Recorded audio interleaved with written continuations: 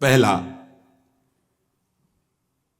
नाम जप में स्वाभाविक प्रीति, राधा राधा राधा राधा राधा राधा राधा, हर समय एक ऐसी लगन, एक ऐसी अगन जो बुझे ना, जो टूटे ना। नाम के प्रति एक विशेष प्रियता। ये भगवान की ऐसी प्रचंड माया है कि रोज नाम महिमा सुनते हैं, पकड़ नहीं पाते हैं, रोज सुनते हैं। कैसे बड़ा विचित्र खेल है। हम सब सुनते हैं, हम सबको पता है यहां से नाम रूपी धन लेके जाएंगे और कुछ नहीं। उसकी तरफ से कितने हम उदासीन हैं। जो हमारे साथ नहीं जाएगा उसमें कितनी लगन है, जो हमारे साथ जाएगा उसमें कितने हम उदासीन हैं। उदासीन, कोई पीड़ा नहीं, नाम के बिना हमारा समय नष्ट हो रहा है। आप सोचो, कोई व्यापारी अगर वो 100 रुपये का घाटा हो जाए तो बर्दाश्त नहीं करता, क्योंकि वो और 100 रुपये प्लस मुनाफा ही चाहेगा। आप नाम के व्यापारी मानवदेह प्राप्त करके नाम का व्यापार करने के लिए आए हैं, आपका नाम छूट गया, आप घाटा बर्दाश्त कर लिए, इसका मतलब नाम के प्रति महत्व तो नहीं है आपका। बहुत विचित्र माया। जब नाम महिमा सुनो तो लगता है आज से केवल नाम ही जप करेंगे। थोड़ी देर के बाद एक ऐसी हवा चली कि भूल गए कि हमने कुछ सोचा भी था नाम के प्रति। लाखों बार नाम की महिमा सुनने पर भी नाम में रति नहीं होती। लेकिन जिसमें भक्ति का प्रादुर्भाव हो गया तो पहला लक्षण है वो नाम में रति कर लेता है। ये भगवान की माया नाम में रति नहीं होने देगी, पक्का। ये भगवान की भक्ति ही नाम में रति होने देती है। लाख समझाओ, नाम में रति नहीं हो सकती। और सब कुछ करने का मन करेगा, नाम सुमिरन का ये निश्चित निश्चित निश्चित भगवत प्राप्ति। अगर आपकी नाम की माला चल रही श्वासों में, बस निहाल हो जाओगे। कुछ पकड़ो या ना पकड़ो, निहाल हो जाओगे। मान लो हमारी बात। अच्छा, शरीर से कार्य करो, उसके लिए तो नहीं कह रहे कि आप पद्मासन लगा कर बैठो, सिद्धासन लगा कर बैठो। शरीर से कार्यरत रहो।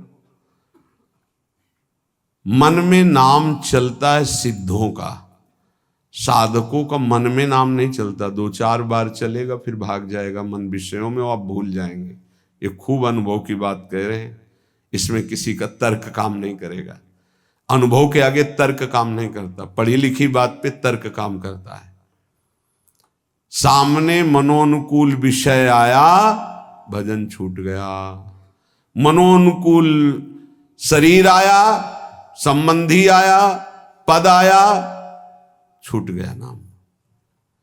जबकि त्रिभुवन की राज्य लक्ष्मी देने पर भी आधे पल के लिए जो प्रभु का विस्मरण ना करे उसे भक्त कहते हैं, उसे भागवत कहते हैं, महाभागवत कहते हैं। ये 20 लक्षण में सबसे पहला लक्षण है नाम जपने में रुचि, स्वाद आ जाता है। स्वाद, ऐसा स्वाद आता है कि रातों जग जग करके उपासक नाम जप करता है। भोजन पाने में डरता है, नाम न छूट जाए। मित्रता करने में डरता है, नाम न छूट जाए। सगे सने संबंधियों से बात करने में डरता है, नाम न छूट जाए। बलिहारी है उसके चरणारविंद की, जो ऐसी नाम में स्वाद वृत्ति आ गई है। ये बड़ी विचित्र माया है। गोस्वामी तुलसीदास जी कह रहे हैं, हे हरि कस न हरहु भ्रम भारी। भारी भ्रम पैदा हो गया। लाख बार समझाओ फिर भी भारी भ्रम है। बहुत विचित्र है, बहुत विचित्र। जो जानता नहीं है उससे गलती हो जाए तो बात चलो गलती हो गई, लेकिन अपने लोग तो जानते हैं ना, सत्संग सुनते हैं, सत्संग कहते हैं, फिर गलती के तो चांस नहीं होने चाहिए। लेकिन सत्संग सुनो और सत्संग करो। नाम जप नहीं करोगे ना तो वही करोगे जिसको कहते हो नहीं करना चाहिए। कागज में लिख लो चाहे दिमाग में लिख लो, ये हम छाती की बात कहते हैं, पढ़ी लिखी बात नहीं।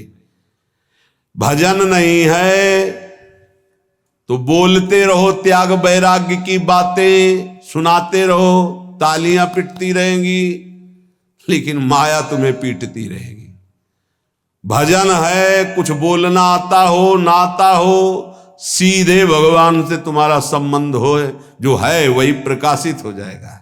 एक अद्भुत आनंद। जब निज सुख प्रकट होता है तो मन भोगों में नहीं आता। निज सुख बिन मन होई कि थीरा। यद्यपि मृषा सत्य भाषे, जब लगी नहीं कृपा तुम्हारी, हे हरि कस न हरहु भ्रम भारी। मेरे स्वामी, संसार को सत्य और सुख रूप मान करके आपको भूल जाता हो, भारी भ्रम है, बहुत भ्रम। आप देख लीजिए, देख लीजिए, आपके अनुकूल भोग केवल होना चाहिए, हो चाहे आंख का हो, चाहे कान का हो, चाहे नाक का हो, चाहे भोग का हो, चाहे किसी। प्रभु की याद नहीं आएगी। देख लेना क्या गजब का आकर्षण है। हर भोग में इतनी सामर्थ्य कि प्रभु को भुलवा दे। गजब की। तो धन्य है वो भक्त जो ऐसी परिस्थिति में राधा राधा राधा राधा। कई बार हमने कहा है कि आप किसी भी भोग का वास्तविक सुख देखना चाहते हैं तो ठीक जब आप भोग रहे, चाहे रसेंद्री का हो, जनेन्द्री का हो, नेत्रेंद्री का हो, घ्राणेन्द्री का हो, उस समय आप नाम में चित्त लगा दीजिए, राधा राधा। फिर सुख मिले तो हमको बता देना। जब नाम भूले और उसमें एकाग्र हुए तो आपकी एकाग्रता और कामना के कारण आपको सुख दिखाई देता है, अन्यथा नहीं। प्रभु यद्यपि मृषा, बहुत झूठा सुख है, पर सत्य भास है, सत्य लग रहा है। नाथ कृपा कर दो, इस भ्रम को हटा दो, आपकी कृपा से ही हटेगा। अर्थ अविद्यमान जानियो, संस्कृति नहीं जाए गोसाई। बिन बांधे निज हठ सठ परवश, पर्यो कीर की नाई। प्रभु, यद्यपि यहां जितना कुछ सब मिथ्या है, सत्य है, यहां सब झूठा है। जो पहले था वो अब नहीं, जो अब है वो आगे नहीं रहेगा, खत्म होता जा रहा है। वो शरीर गए जिनको मां पिता कहते थे, गए वो, उनके मां पिता गए। ये जाने को तैयार हैं, जो जन्मे हैं वो बढ़ के जाने को तैयार है। होश में यहां कोई टिक नहीं रहा है, सब जा रहे हैं, क्रम से जा रहे हैं, समय से जा रहे हैं अपने अपने। लेकिन यहां जो लेने आए हो, कमाने आए हो, जिसे देव दुर्लभ कहा गया है, उससे क्यों उदासीन हो, उसको क्यों नहीं पकड़ रहे। पर हरि, यद्यपि यह सब झूठा है, पर आपकी माया का इतना आकर्षण है कि सत्य भास रहा है। देखो, बैंक में 1 लाख रुपया जमा है, उसका 5 रुपया भी खर्चा नहीं करना है। अगर 5 रुपया मिल जाते तो 1,05,000 रुपया हो गए, 10 और हो गए 1,15,000। वो जोड़ते अब 2 लाख हो गए, अब 3 लाख हो गए। मरते समय उन्हें 3 लाख का चिंतन हुआ, सांप बन करके उसी घर में बैठे। कितना नाम जप किया, ये खास बात है। पर प्रभु, ये बड़ा भ्रम है, बड़ा भ्रम। छोटे मोटे की बात नहीं करते, जिनको ज्ञान है उनकी बात कर रहे हैं, और तो सब उसी में फंसे। अर्थ कौन सा सुख देता है? संख्या का। ये पकड़ी गई है बात। गिनने का बड़ा सुख होता है, एक बार गिन के फिर दोबारा गिनो तो बड़ा मीठा लगेगा। उनको संख्या का बड़ा आकर्षण है, हर विषय का आकर्षण है। चिंतन, भैया खास बात हमारी पकड़ लो, जगत में जो कुछ तुम्हें सत्य भास रहा है, सुख दे रहा है, उसका कारण तुम्हारा चिंतन है। भगवान ने स्पष्ट कहा, ध्याये तो विषयान पुंसान संगास्ते सुपजायते संगात संजायते कामा। खास बात, अगर विषय चिंतन ना हो, धन चिंतन ना हो, भोग चिंतन ना हो, और फिर आपको तो कोई उसका महत्व नहीं। समलोष्टास्म कांचना, जिनका चिंतन भगवान में रहता है तो माटी का ढेला, सोने का और रुपया सब उनके लिए एक समान रहता है, कोई उसका महत्व नहीं रहता। महत्व न रहते हुए केवल व्यवहार दिखाई देता है, आंतरिक महत्व नहीं होता। प्रभु मैं ये जानता हूं, अर्थ अविद्यमान जानी संस्कृति नहीं जाए गोसाई, बिनु बांधे निज हठ सठ परवश पर्यो कीर की लाई। मैं जानता हूं कि मेरा शरीर भी छूटेगा, धन भी छूट जाएगा, मैं जानता हूं कि पुत्र आदि परिवार के मेरे नहीं है। नहीं, परिचय बताओ, ये 20 साल पहले कहां थे? अगर आपका बहुत घनिष्ठ प्रेम है कि मेरा इकलौता लाडला पुत्र है, तो ये 20 साल पहले कहां था आप बताओ। इसके बाद ये जो कहां जाएगा आप बताओ, कितने दिन रुकेगा आप बताओ? कुछ नहीं, बेमतलब जैसे स्टेशन में कोई आके मिल जाए और बैठ जाए और हाथ मिलाए, चाय पिए तो मुझसे अपनापन कर ले, उसकी गाड़ी आई चले गए, रोना शुरू कर दे। बोले क्यों? बोले वो हमारा दोस्त था चला गया। ऐसे जानबूझ के हम फंस रहे हैं। प्रभु जैसे जो तोता है वो जानबूझ करके बंद जाता है, कई बार बताया, प्रभु ऐसे जानबूझ करके हम फंस गए। अब ऐसी और भगवान बीच बीच में सब आसक्तियों को हटाने के लिए विरोध करवाते रहते हैं। कटु वचन, प्रतिकूल व्यवहार, पुत्र से, पत्नी से, पति से, सबसे समझ समझ कोई तेरा नहीं। वो चाहे जितना पिटे, वो चाहेगा उन्हीं को। तब लगता है यार कैसी विचित्र माया है। ये अब भी नहीं समझ पा रहा कि कोई हमको इससे हटाना चाहता है, जिस राग को नहीं छोड़ सकते थे हटाना चाहता है। अब बोल राधा राधा निकल पड़, भगवान की खोज में तेरा मंगल हो जाएगा। नहीं नहीं, बंदे कीर मरकट की लाई, सपने व्याधि विविध बाधा, जन्म मृत्यु उपस्थित आई, वैद्य अनेक उपाय करे, जागे बिनु पीर न जाई। भाई ऐसा है जैसे कोई स्वप्न में देखा कि मेरे पेट में बहुत दर्द हो रहा है और इतना भयानक दर्द कि बस मरने जा रहे हैं। अब वो चिल्ला रहा है स्वप्न में, पेट दर्द कर रहा है, दवाई दो, और आवाज बाहर निकल रही है।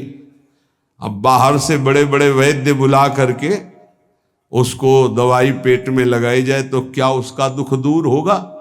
विचार करके बताना। बोले नहीं, वैद्य अनेक उपाय करे, जागे बिनु पीर। उसको दवाई की जरूरत नहीं। बोले जरूरत क्या? उसे जगा देने की जरूरत। अब ना पेट में दर्द है, ना मृत्यु जैसा कष्ट है, कुछ नहीं। थोड़ी देर स्वप्न का नशा रहता है जागने के बाद भी, अच्छा या बुरा का। ऐसे ही ब्रह्मबोध होने के बाद भी, तभी कहा गया ब्रह्मबोध होने के बाद भी बिल्कुल वैसे ही जैसे साधन पद्धति में रहे वैसे रहना, क्योंकि स्वाप्निक संसार का प्रभाव काफी देर रहता है। जब ब्रह्मबोध स्थिति लंबे समय तक, तब वो स्थिति, जैसे आप जग गए, लगा स्वप्न है लेकिन उसका प्रभाव रहेगा। अच्छा स्वप्न है, स्वप्न में आपकी माँ आई है तो आंसू चलने लगेंगे। बुरा स्वप्न है तो भय लगेगा। हम तो ये कह रहे गोस्वामी जी महाराज कि स्वप्न में देखा इतना बड़ा व्याधि पैदा हो गई कि मृत्यु जनित कष्ट हो रहा है, वैद्य बुला के दवा करवा, उसको कोई फायदा मिलेगा? बोले नहीं। फायदा कैसे मिलेगा? बोले जगा दे बस, न रोग है न कोई पीड़ा है, पीड़ा पूरी महसूस होती है। ऐसे ही श्रुति गुरु साधु समृति सम्मत यह दृश्य असत दुखकारी, तेहि बिनु तजे भजे बिनु रघुपति विपति सके को टारी। ऐसे ही ये जो तुम जागृत में देख रहे हो मायाकृत स्वप्न है, मोह निशा सब सोवनिहारा, देखे स्वपन अनेक प्रकारा। तो बोले वो वैद्य कौन है? बोले वेद है, शास्त्र है, पुराण है और प्रवचन है। ये सब उस दुख मिटाने की औषधि है, पर सबसे पहले उसे जगाओ, उसको जगाओ। तो जगने का मतलब क्या होगा? बोले दृश्य असत दुखकारी, तेहि बिनु तजे वैराग्य, भजे बिनु रघुपति अनुराग, विपति सकै को टारी। संसार से वैराग्य और प्रभु से अनुराग हुए बिना ये भारी दुख परंपरा, पुनरपि जननम पुनरपि मरणम पुनरपि जननी जठरे शयनम, ये मिटने वाली नहीं। बहु पाए संसार तरन कहाँ, विमल गिरा श्रुति गावे, तुलसीदास मैं मोर गए बिनु, जीव सुख कबहु न पावे। मैं और मोर तोर तय माया, जब तक मैं मोर तय तोर नहीं जाएगा तब तक कभी सुख की अनुभूति नहीं होगी। ये ऐसा भ्रम फैल गया मैं मोर तय तोर का कि नाम में रति ही नहीं होती। तो पहला लक्षण उपाय है, संसार के जितने भोग हैं सब असत हैं। ये जादू के द्वारा रचे हुए हैं। जादू के द्वारा जब सामान रची जाती है तो होती नहीं है, केवल दिखाई देती है। आप छुओगे तो आपको दिखाई देगी, लेकिन आप उसका भोग नहीं कर सकते, उसमें है ही नहीं कुछ। वो केवल रचना तुम्हारे नेत्रों को मंत्र शक्ति से बांध करके संकल्प के द्वारा की गई। तो ये संकल्प के द्वारा रचना हुई भाई पूरी सृष्टि की। एको हम बहुश्यामा। यहां केवल परमात्म तत्व और वो दिखाई नहीं दे रहा, हमें भोग तत्व दिखाई दे रहा है। रसेंद्रिय का, नाना प्रकार की इंद्रियों का भोग, ये बहुत बड़ा स्वप्न है, बड़ा दीर्घ स्वप्न है। इसको जगाने के लिए संत महात्मा गुरुदेव ये कृपा प्रसाद कर रहे हैं। और जब जग जाओगे तब तुम्हें कोई रोक नहीं पाएगा भगवत प्राप्ति के लिए, क्योंकि पता चल जाएगा झूठा है, कौन सा भोग सत्य है। आप देखो ना कैसी आसक्ति है, 100 बार 1000 बार उसी भोग को भोग लो फिर भी मन कहता नहीं सुख तो वही है, राधा राधा राधा। ये तो कल्याण के लिए है, सुख वहां है।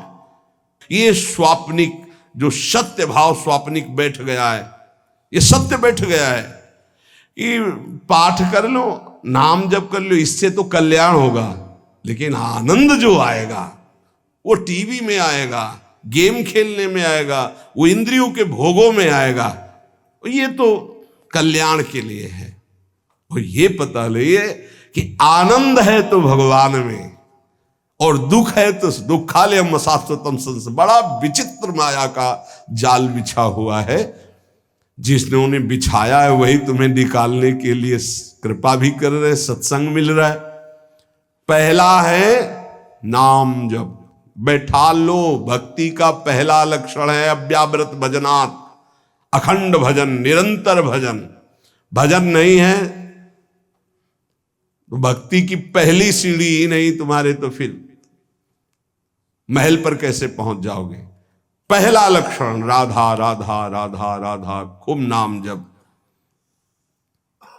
दूसरा लक्षण, उस भक्त की जिह्वा से कभी भी किसी की निंदा नहीं निकल सकती। इनको अपने जीवन में स्वाध्याय के रूप में रखकर आचरण में उतारना चाहिए। कभी भूल कर किसी की निंदा मत करो, नहीं आपका भजन करने का भाव नष्ट हो जाएगा और भजन नष्ट हो जाएगा। तीसरा, चाहे जितनी अच्छी वस्तु आ जाए, चाहे जितना बड़ा मित्र आ जाए या कोई भी सांसारिक पद प्रतिष्ठा, कभी हर्षित मत होना। हर्षित होगे तो भगवान का भजन छूट जाएगा। हर्ष मत करना। ये हर्ष द्वंद्व के अंदर आता है, हर्ष और शोक। बढ़िया कोई गाड़ी आई, कोई सामग्री आई, कोई हर्षित हो गए तो अगला लिखा है फिर आपको शोकित होना पड़े। हर्ष और शोक दोनों भजन को छीन लेते हैं, भजन नहीं होने देते। भगवान की माया के द्वारा प्रेरित होकर के जब आप नाम जप करेंगे, किसी की निंदा नहीं करेंगे, तो आपके सामने ऐसे पदार्थ, वस्तु, व्यक्ति, ऐसे पद आएंगे कि आपको हर्षित कर दे। हर्षित मत होना, प्रसन्न होना, आनंदित होना ये प्रभु से होता है, माया के द्वारा हर्ष होता है।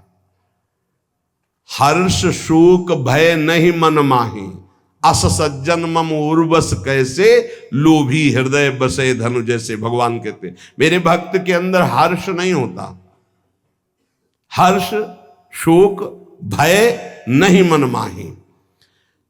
तीसरा ये, भगवान की माया के द्वारा कुछ भी आपके पास भेजा जाए, आप हर्षित नहीं होइएगा। ये ध्यान रखिएगा, ये माया रचित वस्तु से हमें आनंदित नहीं होना। यदि नहीं हुए तो तुम शोकित नहीं होगे जब कोई नष्ट होगा, और जब हर्ष शोक नहीं होगा तो नाम चलेगा। जैसे एकांतिक में कई बार प्रश्न करते हैं कि हमारा पुत्र मर गया, भगवान पर श्रद्धा नहीं रही, हमारा तो भजन ही चौपट हो गया, अब हमारी श्रद्धा नहीं रह गई, वो हमारा सब काम चौपट हो गया, जब से भजन शुरू किया सब बाधाएं खड़ी हो गई, हमारी श्रद्धा नहीं रही। क्यों?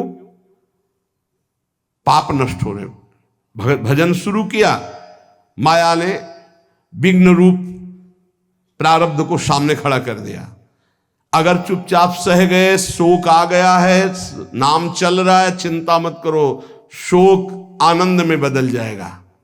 हर्ष आया है, हर्षित मत हो, नाम जप करो, यही निरंतर आनंद में बदल जाएगा। हर्षित हुए तो शोकित होना पड़ेगा, शोकित हुए तो सब निराशा छा जाएगी, न प्रभु में आशा रह जाएगी न भजन में। चौथा, यदि कभी तुम्हारे सामने ऐसी परिस्थिति है किसी की कि वो बड़े दुख में है और तुम उसका दुख दूर करने में शरीर से, धन से, वस्तु से सक्षम हो, तो तुम्हें कभी उसकी उपेक्षा नहीं करनी चाहिए। ये बात जरूर ध्यान रखें, इससे बहुत लाभ होता है। किसी के दुख को देख करके उपेक्षा न करें। यदि अपने को अवसर मिला है तो श्री जी का बगीचा है, उसके सामने कोई सावन के समय, हो सकता है 18-20 वर्ष के बाद हो, बाहरी कोई संत भगवान वयोवृद्ध आए थे, तो उसी बगीचे के गेट के पास ऐसे जो परिक्रमा का किनारा है पड़े थे, और बहुत उनको शौच, वो वृद्ध थे, कोई देख नहीं। अब कौन यहाँ तो सब परिक्रमा लगा रहे, सब अपने राग रंग में मस्त। सुबह देखा था परिक्रमा करते समय तो सोचा ऐसे ही, फिर भिक्षा को गए तो दोपहर को देखा ऐसे, फिर भी लगा कि आराम कर रहे होंगे। शाम के देखा तो फिर वही, तब लगा शाम के दर्शन करने, तब नजदीक गए तो देखा वो बोल नहीं पा रहे थे।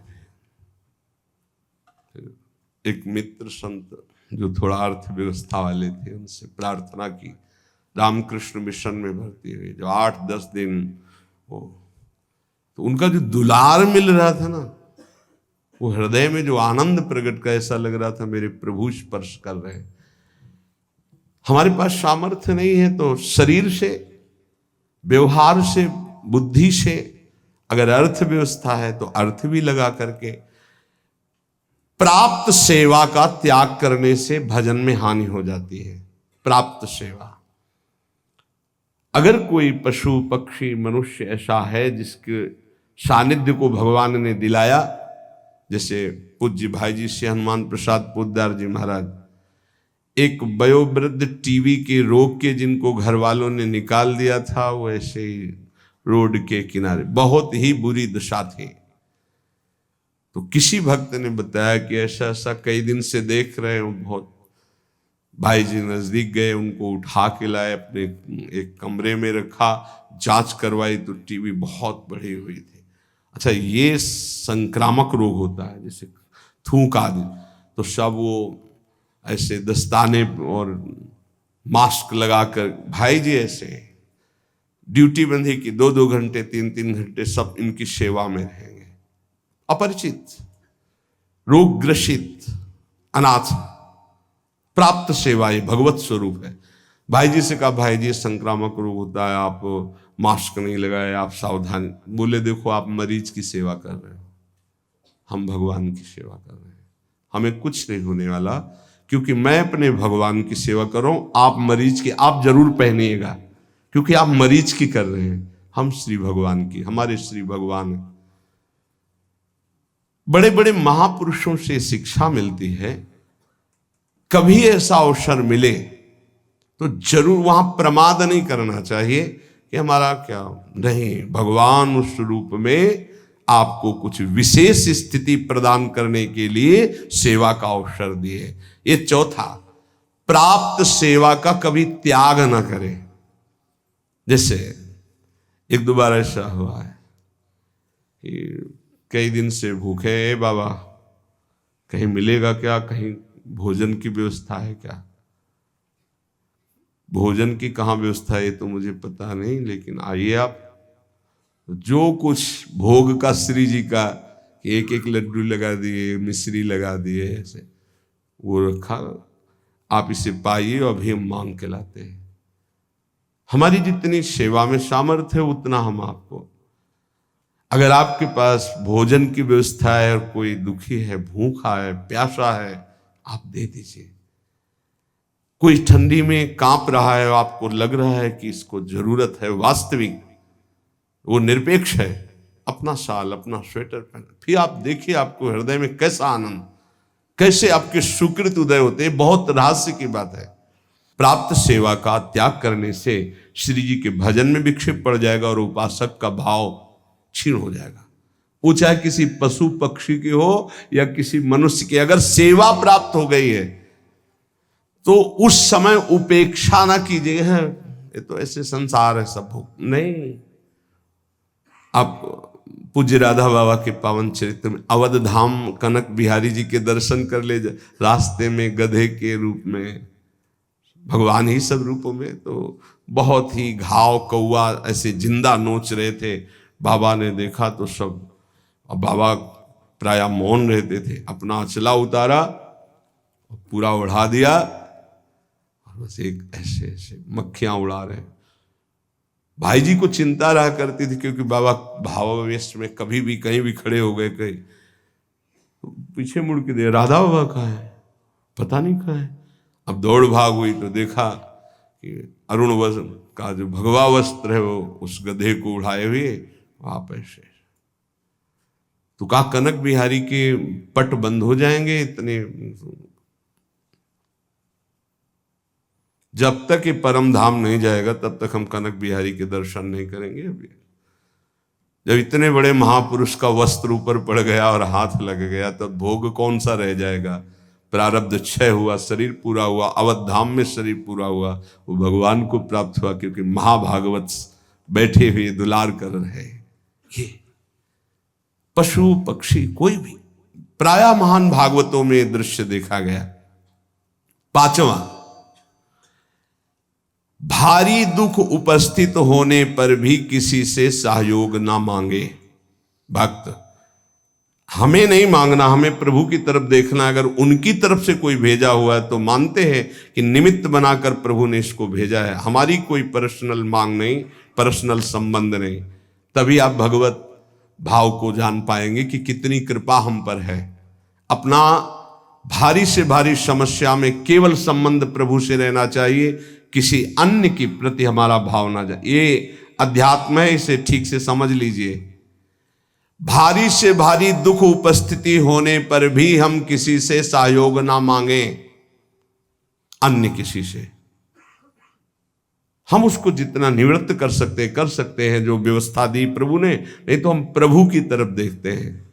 सच्ची मानना, बड़ी से बड़ी व्यवस्था एक क्षण में वो प्रभु कर देते हैं। निमित्त किसी को बना दे, तब आपको लगेगा ये श्री जी के द्वारा किया हुआ विधान है, मेरे द्वारा नहीं। छठा, तुम्हारे पास जो भी वस्तु है जो भी पद है, जो भी संपत्ति है, वो केवल श्री भगवान के द्वारा दी हुई है, वो श्री भगवान की है, ऐसा भक्त प्रतिपल मानता है। नाथ सकल संपदा तुम्हारी, मैं सेवक समेत सुत नारी। साधन वैराग्य मार्ग में जो तपस्या है, जो भजन है, जो ज्ञान है, जो वैराग्य है, जो प्रेम है, जो भी, वो प्रभु के द्वारा प्रदत्त है, इसलिए कभी उसका अभिमान न करे, न बाहरी पद प्रतिष्ठा संपत्ति का, न आंतरिक तप समाधि आदि तक का। सातवां, कोई भी प्राणी कितना भी तुम्हारे प्रति, वही जो अभी वृंदावन महिमामृत में सुना, कितना भी अपमान करे, निंदा करे, अपराध करे, चुप रहना, सहन कर जाना, कुछ मत बोलना। उसकी तो तुम्हारी क्षमा ही जाकर के बुद्धि ठीक कर देगी। दंड से ज्यादा क्षमा में बल होता है, ध्यान रखना। भगवान शिव कह रहे हैं, अपने कर्म जाए अपकारी, उमा क्षमा साप होते भारी। यदि आपने क्षमा कर दिया तो आपका आनंद बढ़ेगा, और वो क्षमा उसके लिए सांप से भी अधिक दंड जाकर के देगी। हमें ऐसी भी भावना नहीं करनी, हमें हृदय से क्षमा करना है, पर वो अपकार करने वाला अपने आप जलेगा, अपने आप नष्ट होगा। आपको क्षमा ही करना। जैसे किसी की सोच है कि अगर उसे क्षमा कर दिया तो बढ़ता चला जाएगा, नहीं, ये क्षमा ही अस्त्र है, उसको जाकर के परास्त करेगी, उसके हृदय को, उसकी बुद्धि को ऐसी जगह गिराएगी, उठ नहीं पाएगा। उमा क्षमा साप उते भारी, सांप से भी, दंड से भी ज्यादा उसका वो क्षमा हिसाब कर देगी। आपकी तरफ से क्षमा होना चाहिए। ये संत, ये भक्त, ये वैष्णव जनों का बल होता है, क्षमा एक बल है। आठवां,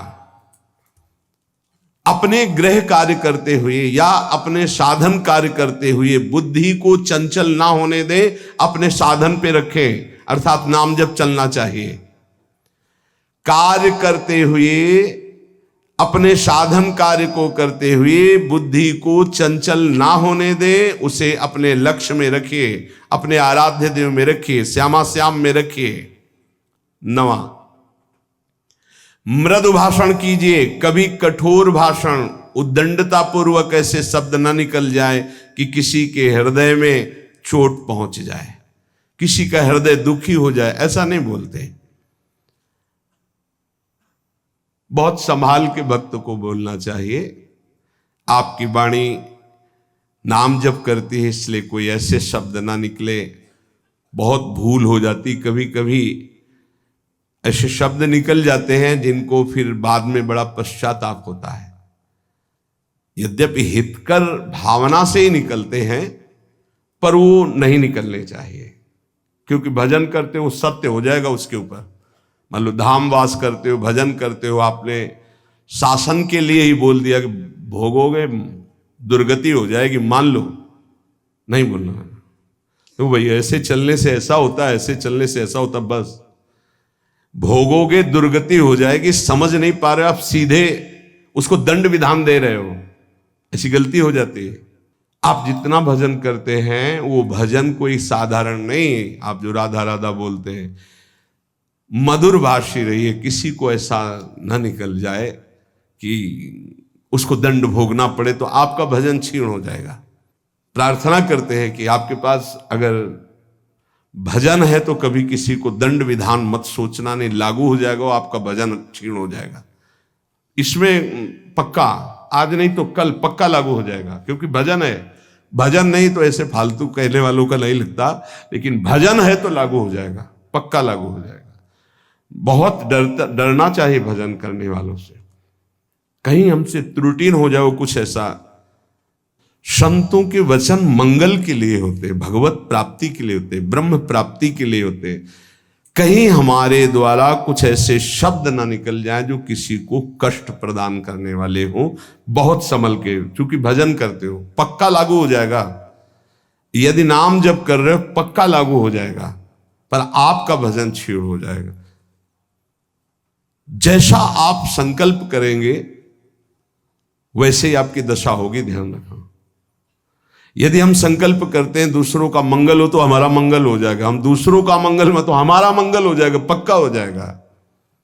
10वां, गंदी भाषा का प्रयोग, अश्लील भाषा, ये नाम जापक की जिह्वा से नहीं होना चाहिए। गाली गलौज, ये सब गंदी बातें, ये सब नहीं, हंसी मजाक में गंदी बातें, ये सब नाम जापक की जिह्वा पे नहीं होनी चाहिए।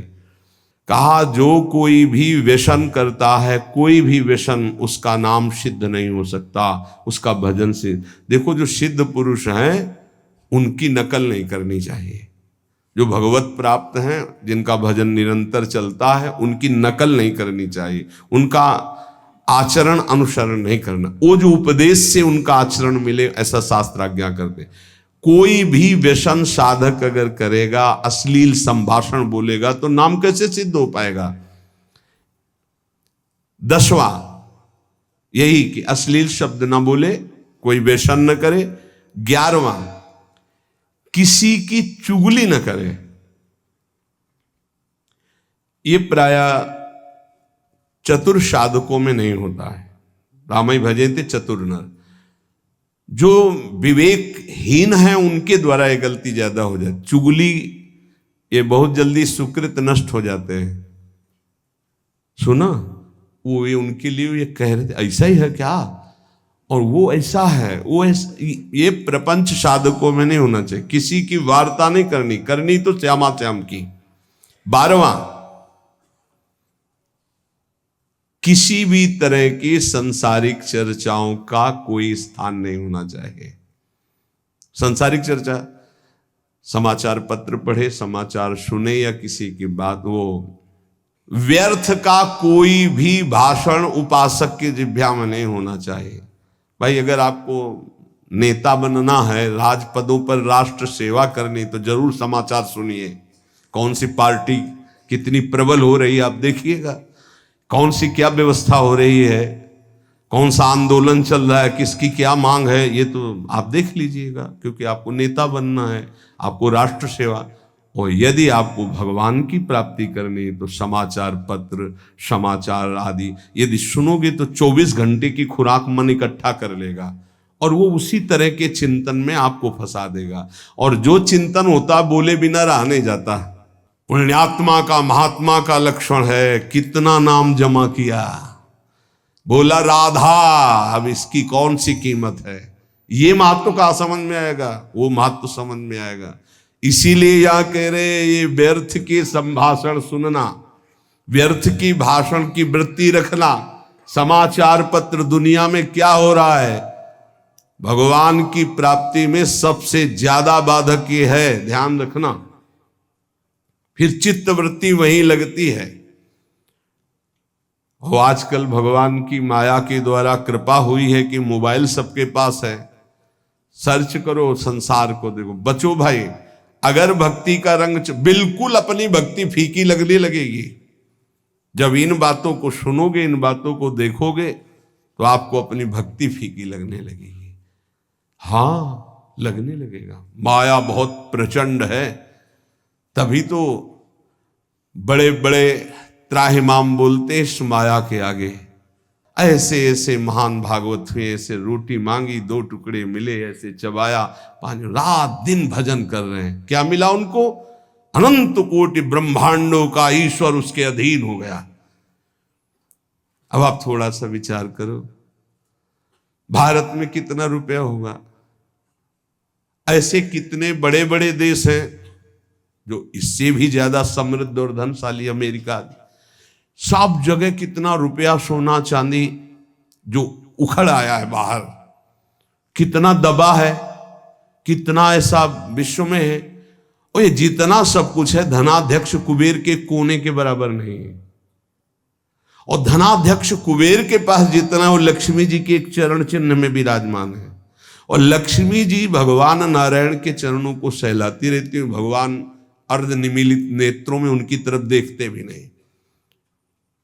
अब आप विचार करो, ऐसे भगवान की आप आराधना कर रहे हो, आपको संसारिक रुपया पैसा महत्व जाग जाए तो हानि नहीं हो गई। जैसे वमन को देख करके घृणा पैदा होती है, ऐसी बातों को सुन करके घृणा पैदा होना चाहिए। लेकिन संसारिक महत्व जागृत हो जाएगा। उपासक को चाहिए कि ये सब बातें कभी ना सुने, बड़ा प्रभाव होता है। कुल्ल जी अल्लाह जी का चरित्र सुना, उसमें जो छोटे भाई थे जन्म से वैरागी हुए, लेकिन जब जवान थे एक जंगल में पड़े हुए थे, विश्राम कर रहे थे, तो वहीं आकर के राजकुमार की पूरी सवारी, अब वहां बहुत सी नृत्यांगनाओं, सब राज सुख पड़े पड़े देखते रहे। उनके मन में आया कि बचपन से भगवान का भजन कर रहे हैं, यार सुखी जीवन तो यही है। समय समय पर सब सेवाएं अप्सराएं नाच रही, विविध प्रकार के। मन में छा गई वासना कि यार सुख तो राजकुमार को ही है। इस जन्म में राजकुमार से ही मित्रता हुई, साथ ही उनको दूसरा जन्म लेना पड़ा, और वैसे ही भोग सामग्री वैसे ही। ये तो कहो भगवान का भजन कर रहे थे तो उनके भाई बड़े भजनानंदी निकले, जिससे उनके हृदय में पुनः भक्ति जागृत हो गई। एक भी बात अगर तुम्हारे हृदय में वासनात्मक रहेगी, कुछ नहीं बनने वाला। वो वासना जब तक तुम्हारी पूरी नहीं होगी, आगे ना भजन बढ़ेगा ना भगवत प्राप्ति होगी। कह रहे हैं अनपायनी भक्ति दो, विभीषण जी कह रहे हैं, बोले नहीं पहले लंकाधिपति बनो, क्योंकि पहले तुम हृदय में उर्कछ प्रथम वासना रही। ए भाई कुछ नहीं है, कुछ नहीं है। इतना रुपया, इतना सब कुछ, कुबेर के खजाने के कोने में, कुबेर भगवान के बहुत छोटे सेवक हैं, कुछ नहीं, ये मायाकृत है। अंदर से अगर ये सब गणनाएं, ये सब सुनना, ये सब बोलना, ये सब चर्चा, तो आप भगवत विमुख हो जाएंगे, इसका महत्व जागृत हो जाएगा। 13वां, किसी से किसी भी चालबाजी से धन का अपहरण करने की कोशिश न करे। ये ले जाओ, दूसरा छू लेगा तो काम नहीं करेगा, देख ना पावे ऐसी जगह रखना, वो कहीं ना कहीं तो रखेगा, काम नहीं बना, किसी ने छुआ होगा, पक्का वो मंत्र था ऐसा ना, किसी ने छुआ होगा। ऐसी ऐसी चालबाजियां, ऐसे ऐसे। तो यहां जो इशारा कर रहे हैं उड़िया बाबा कि साधक होकर के किसी भी तरह की ऐसी कोई धन अपहरण करने की बातें न की जाएं। 14, कोई भी भगवत विमुख कार्य ना किया जाए जिससे हमारा भजन छूट जाए, ऐसे कार्यों का कोई अनुष्ठान न ले। बहुत से ऐसे कार्य होते हैं जो धर्मार्थ दिखाई देते लेकिन उनमें भजन छूट जाता है, तो विरत बहुकर्मा। 15, हित मित पथ्य मेध, ऐसा भोजन करें। 15वां भोजन हित। हित का तात्पर्य है जो शरीर और भजन के लिए हितकर हो, शरीर और भजन के लिए। देखो ये जो गरम मसाले आते हैं, स्वाद तो भले आपको अच्छा लगता हो लेकिन आपके शरीर और भजन के लिए हितकर नहीं है। जो जिससे नहीं सब्जियों में डालते हैं, क्योंकि उसमें कुछ ऐसे होते हैं जिनमें वो सब पड़ा होता है, जो निषेध है सात्विक वृत्तियों का, पर बनता स्वादिष्ट उन्हीं से। हल्दी धनिया नमक और छौंक लगा दो, पूरा सात्विक भोजन। हल्दी पीस लो अपने घर में, धनिया पीस लो नमक से, तो आपको स्वाद नहीं मिलेगा लेकिन स्वास्थ्य ठीक रहेगा और आपका भजन होगा। वो हितकर नहीं है आपके, वो स्वाद तो जरूर बना देगा लेकिन भजन नहीं बनाएगा। पहला है भोजन हित, आपका भजन बने और आपका स्वास्थ्य ठीक रहे। कुछ ऐसी पदार्थ पड़ते हैं जिनसे एसिडिटी बने, जलन पैदा है, खट्टी डका, भजन में मन लगेगा, थोड़ी थोड़ी देर में वो जलन कर। मित, थोड़ा भोजन, थोड़ा बहुत रहस्य है, ये अध्यात्म शक्ति को बढ़ाता है। अधिक भोजन में हमारी अध्यात्म शक्ति पचाने में लग जाती है, भजन नहीं होता। भोजन पर बहुत ध्यान देने की बात है। हित और मित, मित माने थोड़ा, अल्पाहार। और पथ्य, जो रोग प्रदान करने वाला न हो। जैसे आप बैंगन है, बहुत सी ऐसी बादी करने वाली वस्तुएं हैं, वो लिब लिब लिब लिब होती, घुइयां कहते हैं, क्या कहते हैं उसे? अरबी तो आप गांव में घुइयां कहते हैं यार, अरबी फारसी वो नहीं होती ऐसे। ये सब चीजें जैसे स्वाद के लिए उर्द की दाल, ये बहुत से ऐसे पदार्थ हैं जो आपको वायु रोग से ग्रसित करेंगे, कब्ज बनाएंगे, भजन में रुचि नहीं होगी। और मेद्य, पवित्र भोजन, भगवत प्रसाद रूप जो प्रभु को अर्पित किया। हित मित पथ्य और मेद्य बुद्धिवर्धक पवित्र भोजन। हित भजन बढ़ाने वाला, स्वास्थ्य पुष्ट करने वाला। देखो हर चीज सात्विक थोड़ा अधिक होने पर राजसिक हो जाती है और पूरा अधिक होने पर तामसिक हो जाती है। जैसे दूध, दही, घी, खीर आदि, जैसे ये सात्विक है तो कितना, आगे लिखा मित, थोड़ा। सात्विक आहार भी थोड़ा ज्यादा हुआ तो रजोगुणी हो जाएगा, कामादि की इच्छा पैदा कर देगा, और अधिक हो गया तो तमोगुणी, निद्रा, आलस्य, प्रमादोत्थम, तत्तामस मुदातम। सात्विक आहार, फिर तामसिक आहार की बात क्या?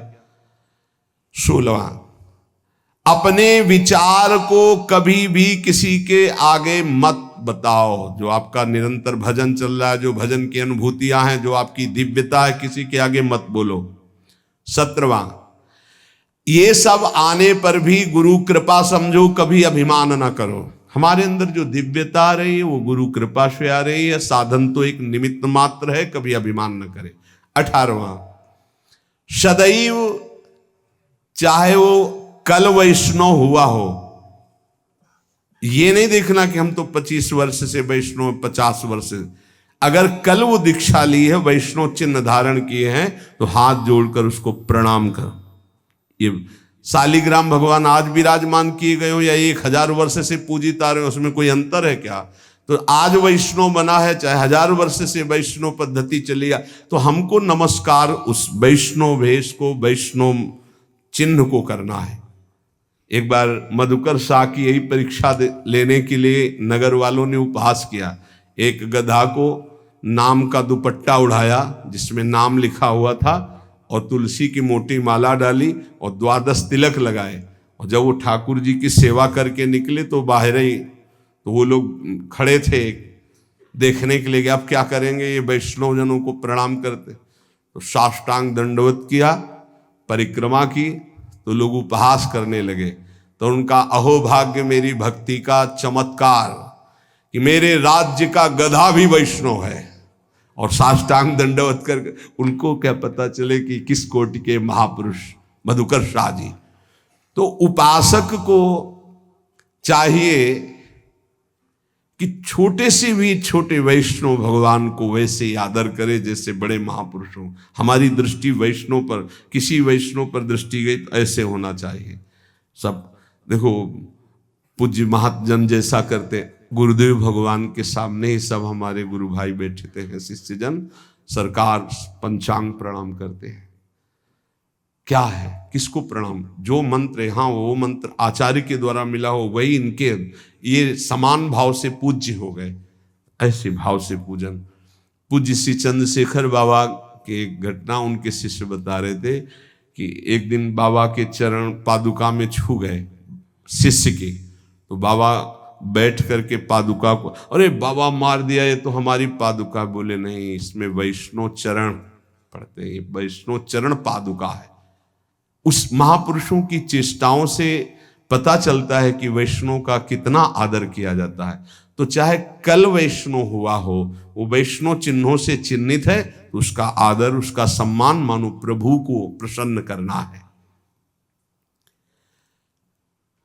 19वां, अपना भागवतिक गुण छुपा करके दैन्य भाव दिखावे। सब कलाओं में प्रवीण महान विद्वान होते हुए भी दूसरे की सरल भाषा से कही हुई बात सुने चुपचाप, अपने को कि हमें सब आता है, विद्वान है, अपने गुणों को प्रकाशित ना करे, अपने गुणों को छुपाकर दैन्य रहे। आखिरी में जब भगवत प्रेरणा होती तब वो बोलते हैं, जैसे जड़ भरत जी, जब रहुगण को अधिकारी पाया तो उपदेश दे दिया, नहीं तो सब उनको पागल ही समझते थे। 20वां, यदि भगवत प्राप्ति करनी है तो बाहरी कोई ऐसा श्रृंगार न करें जो रजोगुणी कामवर्धक होता है। अब अगर साधक हो के उपदेशक होकर भगवत मार्ग का उपदेश देने के लिए यदि गाल चमकाना पड़े किसी पदार्थ से, अरे भाई ब्रह्मचर्य रहो, खूब नाम जप करो तो अपने आप चमकने लगेगा। शरीर स्वस्थ हो और ब्रह्मचर्य रहे और नाम जप करे तो अपने आप मुख प्रसन्न तन तेज विराजा। आजकल किसी किसी के बहुत चमकते हैं, वो लगा करके चिकनाहट लगा करके, तो तुम खुद ही रजोगुणी लगाए हो तो कैसे उपदेश काम करेगा। नहीं,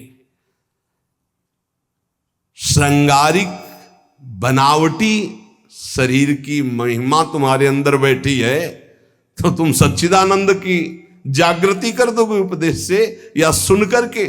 नहीं, बिल्कुल नहीं। रज लगाओ, द्वादश तिलक लगाओ, कंठी धारण करो, नाम जप करो, भगवद आश्रित रहो, ये सब ठीक नहीं है। बाहरी श्रृंगार करना, अब जैसे कि हम गोपी हैं या हम सखी हैं तो भाव बनाने से गोपी सखी हो जाएगा क्या? एक एक बाल उखड़वा लिया यहां का, ऐसे कि हम सखी श्री कृष्ण से मोहित हो जाएंगे? अरे कोटि मनमथ मनमथा, वो भाव से मोहित होते हैं। देखो हमारे गोपी भावापन्न महापुरुषों के चरित्र पढ़ के देखो, कौपीन, एक मारकीन, टाट बिछा हुआ श्री कृष्ण के संग रास में खेल रहे, बाहर से ऐसे उदासीन। ये बाहरी श्रृंगार, ये स्नू पाउडर, ये दुनिया की लाली लिपस्टिक लगा के श्री कृष्ण को नहीं रिझाया जाता। ये सखी और गोपी, इनसे नहीं बना जाता। ये बवाल है रजोगुण का। इससे श्री कृष्ण जानते, श्री कृष्ण की कौन सा श्रृंगार होता है? स्थूल सूक्ष्म कारण तीनों शरीरों का त्यागी हो, अखंड चिंतन में अनुराग में जब रुदु सुस्वरम राजन कृष्ण दर्शन लालसा, वो भाव है, वो स्थिति है, गोपी स्थिति। जैसे देखो मुख्यमंत्री पद, प्रधानमंत्री पद, राष्ट्रपति पद, देवराज इंद्र पद, प्रजापति पद, परमेष्ठी पद, ऐसे ही ये पद है। शांत पद, दास्य जो भाव पद, वो सखा भाव पद, ये वात्सल्य भाव पद, ये गोपी भाव पद, ये सहचरी भाव पद। सहचरी पद पावे, पद पावे आता है ना, पद माने ये सबसे बड़ा, परम पद से भी बड़ा पद है। इसको यहां घसीट लाए दे भाव में। यही तो दुर्दशा हो जाती है उपासक की, दे भाव में और गोपी भाव। अरे जहां शिव को भी भाव देह धारण करनी पड़ी, आप क्या समझते हो वहां शिव जी ने जटाओं के ऊपर चुनरी डाल ली? सच्चिदानंद तत्काल तन्मय हुए गोपी भाव में और गोपी बनकर अंदर गए। अब वो तो दिखाने के लिए बाहर से हमारे आप भाव के लिए चुनरी उड़ा दी गई कि ऐसे शिव जी गए थे। सच्चिदानंद शिव हैं, तत्काल भाव किया और उसी भाव देह को प्राप्त होकर तब प्रवेश पाया स्वामिनी जी की कृपा से। इसलिए कह रहे कि ये भक्त को बाहरी बनावटी बचो। दो ही पद्धतियां हैं बैरागी की, या तो पूरा मुड़वा ले या पूरा ऐसे। बीच वाला तो हमने आज तक कभी नहीं देखा किसी भी संप्रदाय में। ये गृहस्थी में, प्रवचन में, उसमें हो सकता है, लेकिन विरक्त में नहीं हो सकता। विरक्ति की दो ही पद्धतियां हैं, या तो भद्र और या तो फिर उसे सधुवई भाषा में कहते हैं झंडे या मुंडे। झंडे कहते हैं पूरा ऐसे रखवा लेना, मुंडे माने मुंडन करवा लेना। ये श्रृंगार भागवती श्री जी के चरण चिन्ह का निर्माण, रज लगी चरण रज और उनका प्रसादी चंदन, द्वादश तिलक, कंठी, है अपना श्रृंगार। ये सांसारिक श्रृंगार किसके लिए भैया? किसको रिझाना है? प्रिया प्रीतम को रिझाना है। ऐसे रज लो, ऐसे लगाओ पूरे में, राधा राधा राधा राधा राधा। यदि भगवत प्राप्ति करनी भाई, और कुछ प्राप्ति करनी हो तो फिर क्षमा कीजिएगा, ये सत्संग केवल भगवत प्राप्ति के लिए। 20वां,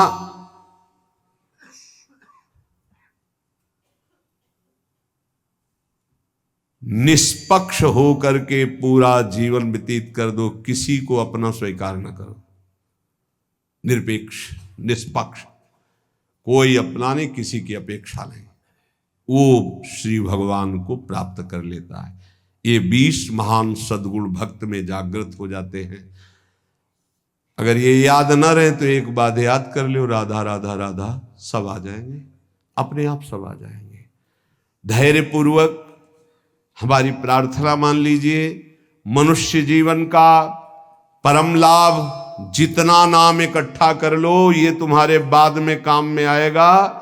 अभी इसको खर्चा मत करना, ना रोग में, न संकट में, न विपत्ति में, ये तुम्हें निहाल कर देगा। अभी तुम्हारी समझ ठीक नहीं है, इसलिए संसार की ये हर वस्तु, व्यक्ति, स्थान प्रिय लगते हैं और नाम प्रिय नहीं लगता। लेकिन बात मान लो, ये नाम तुम्हारा लोक परलोक सब कुछ संभाल देगा। इह परलोक सकल सुख पावत मेरी सो भैया, कृष्ण गुण संचु। खूब नाम जप करो, एक एक मिनट जीवन का व्यर्थ मत जाने दो। जैसी भी परिस्थिति है उससे लड़ना सीखो, भागना नहीं।